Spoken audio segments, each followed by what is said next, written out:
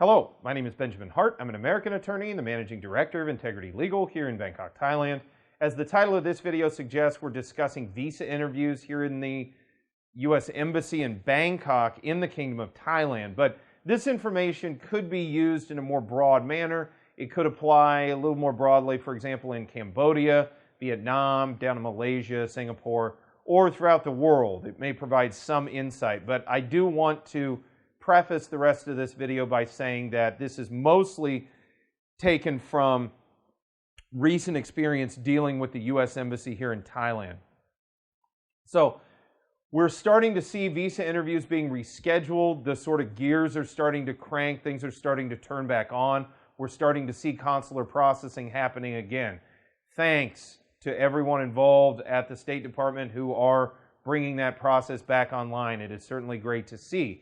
Now, unfortunately, due to the fact that there's essentially been about a 6-month delay as a result of the lockdowns, the shutdowns, we are now in a situation where certain documentation is becoming quote-unquote stale.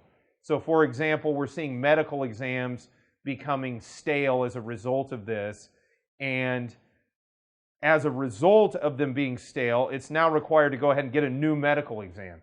So this can pose its own set of logistical problems, most notably travel. I know a lot of our clients here in Thailand do not necessarily live in Bangkok, and it can be quite a drive to get down to Bangkok in order to undertake a medical exam with one of the certified civil surgeons that the U.S. Embassy allows to conduct these exams. It's also possible to do this in other hospitals in Thailand, most notably Chiang Mai, but as a practical matter, we find oftentimes that all this is going to be done down in Bangkok. So folks that are, for example, up in Khon Kaen that have to travel down here, that can be a real concern. So logistics is a real concern with getting a new medical. I've had a lot of clients ask me, well, can't we use the old one? Unfortunately, they did make some dispensation to provide an extra month, but for the most part, with things coming online the way they are, I think it's a pretty much foregone conclusion that you're going to go ahead and have to do another medical exam. And fortunately, when you're doing a redo of a medical exam, it's oftentimes not quite as drawn out a process as the first medical exam.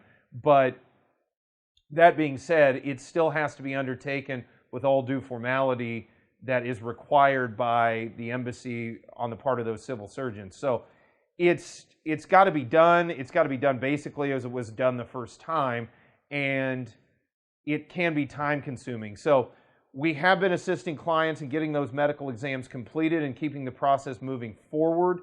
What remains to be seen is exactly how this is going to play out. We've yet to actually start to see visas being issued out of Bangkok, at least out of here in our office, although we anticipate that happening this week, and we will keep you updated on this channel as the situation progresses.